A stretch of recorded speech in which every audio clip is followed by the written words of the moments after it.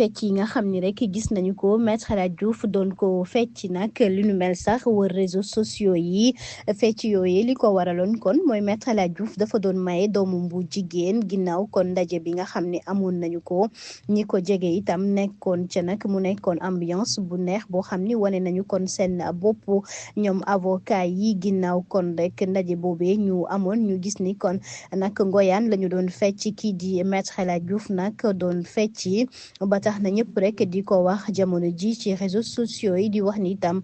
fête bu neex la woon ndax gisoon nañ ni kon képp ku mu bokk rek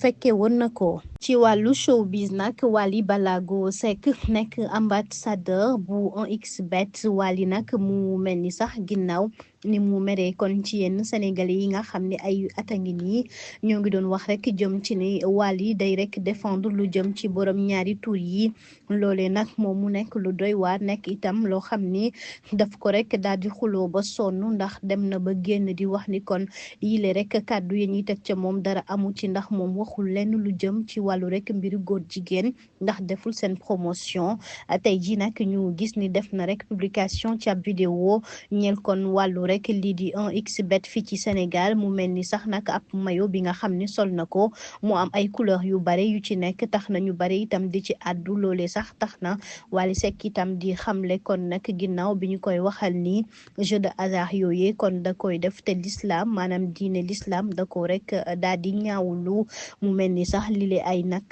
débat lay indi maanaam ku nekk ci wax jamono ji waaye rek mu jàpp ne li nu mel day liggéey te itam engagement professionnel la waaye nekkul loo xam ne kon rek da koy def ndax amaana xam na ni diine bëggu ko waaye nag dafa jëm ci wàllum liggéey. borom njurul dana faj 15 maladies borom njurul dana faj góor gu néew kattan maanaam yow mi nga xam ne da ngay gaaw a daanu di néew kattan garab bi da koy dindi da koy éradiquer ba mu faj ba mu jeex tàkk sa yaram di diis nga amee ndoxam siti hémorroïde ballonnement diabète tension prostate infection bët yi lëndëm ndigg luy metti tànk yi xar yooyu yëpp garab bi da koy dindi même prostate ak infection yooyu yëpp da koy dindi bu dee pommade bi nag day rëyal awra bu dee pommade bi day rëyal awra day dëgëral siditi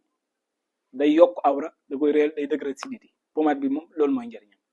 képp koo xam ni dafa bëgg ñu seetal ko defal ko ay ñaan dañuy def seet dañuy def listixaar